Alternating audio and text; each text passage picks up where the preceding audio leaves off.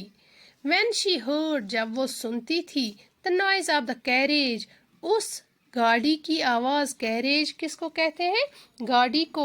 Valid vehicle جو ہوتی ہے. تو جب اس کی آواز گروئنگ فینٹر، فینٹر کیا ہو گیا؟ دھیما ہونا، کم ہونا.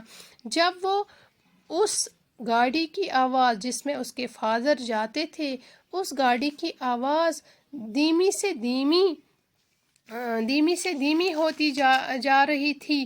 گاڑی کی آواز اس لمبی سڑک پر جاتی ہوئی مدھم ہوتی ہوئی سنائی دیتی تھی، تو وہ راحت کا سانس لیتی تھی، وہ خوشی محسوس کرتی تھی، اس سے خوشی ہوتی تھی، اس سے خوشی راحت محسوس ہوتی تھی، وہ خوشی کا سانس لیتی تھی جب وہ اس لمبی سی سڑک پر اس کے والد صاحب جس گاڑی میں جاتے تھے اس کی آواز مدھم ہوتی ہوئی سنائی دیتی تھی لٹل گرل کو. In the evening when she came home، شام کے وقت، جب شام کا وقت ہوتا تھا. when he came home، جب لٹل گرل کے فادر گھر آتے تھے. she stood near the staircase and heard his loud voice in the hall. staircase کے معنی کیا ہے؟ سیڑھی. تو کیزیا جو تھی، جو لٹل گرل تھی، وہ کہاں پہ بیٹھتی تھی؟ وہ سیڑھیوں پہ بیٹھتی تھی. جب شام کو اس کے فادر گھر واپس آتے تھے تو چھوٹی سی لڑکی جو ہوتی ہے، ننھی سی لڑکی، وہ سیڑھیوں پہ بیٹھتی ہے. and heard his loud voice in the hall، اور ہال میں سے اس کی اونچی جو آواز تھی اس کو سنتی تھی. bring my tea into the drawing room، تو کیا کہہ رہے اس کے والد صاحب، اس کے فادر کیا اونچی آواز میں کیا بولتے ہیں؟ bring my tea into the drawing room. Drawing room ہم کس سے کہتے ہیں؟ مہمان خانے کو یا دیوان خانے کو یا بیٹھک کو بھی ہم ڈرائنگ روم کہہ سکتے ہیں. تو وہ کہتے ہیں جب وہ کام سے شام کو واپس آتے ہیں تو جو لٹل گرل ہوتی ہے وہ ڈر کے مارے کہاں پہ بیٹھتی ہے؟ سیڑھیوں پہ بیٹھتی ہے، اور اپنے فادر کی جو چلانے کی اونچی آواز میں وہ بات کرتے ہیں وہ سنتی ہے. bring my tea into the drawing room، اور کیا وہ زور زور سے کہتے ہیں؟ میری چائے ڈرائنگ روم میں، مہمان خانے میں لے آؤ.